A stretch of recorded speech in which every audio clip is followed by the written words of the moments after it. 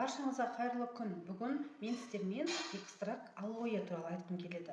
Егер де жүкті болғыңыз келсе, эрозия мазаласа, ең арзан, ең тиімді біздің бұрыннан келе жатқан алоэны күніне 10 күн бір мезгілден алу керек. Бірінші әрине проба жасап көресіздер. Егер де ешқандай аллергия болмаса, қолдануға болады. Экстракт алоэ бізді әйелдер ауруында қай жерімізді емдейді?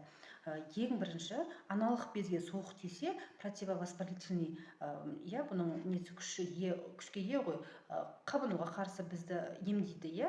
Одан кейін эрозияға таптырмас ем. Өйткені алоэның қасиеті, жиыру қасиеті бар. Сондықтан бізге пайдасы өте көп деп айтатын едім. Эндометрит, эндометриоз ауруларына ең бастысы қандай да бір выделениенің түрі болсын, алоэ көмектеседі. Сосын инфекцияға қарсы жақсы көмектеседі. Біздің алоэның біз білмейтін пайдасы өте көп екен. Мен өткенгі видеомда айтқан болатынмын, қанша жылдан кейін мен көтере алмай жүрдім. Мен алоэның уколын мен 10 күн салдым. 10 күннен кейін менде нәтижесі болды. Алоэны уколын салмастан бұрын мыналарға тоқталу керек. Сізде етеккір уақыты келіп біту керек толығымен. Етеккір кезде салуға болмайды, ол қанды көбейтіп жібереді, яғни кровотечение болып кетуі мүмкін.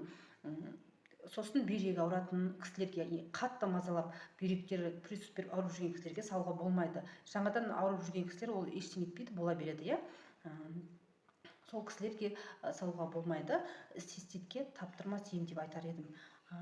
Мен өзім үйдегі қыздардан циститті осы алоэның арқасында толығымен жазып алдық. Аллаға шүкір. Алоэны пайдаланып көріңіздер. Ешқандай зияны жоқ, тек бір ғана мәселе не қылу керек, проба жасап салу керек. Күніне бір мезгіл 10 күн салсаңыз, нәтижесі өте жақсы болады.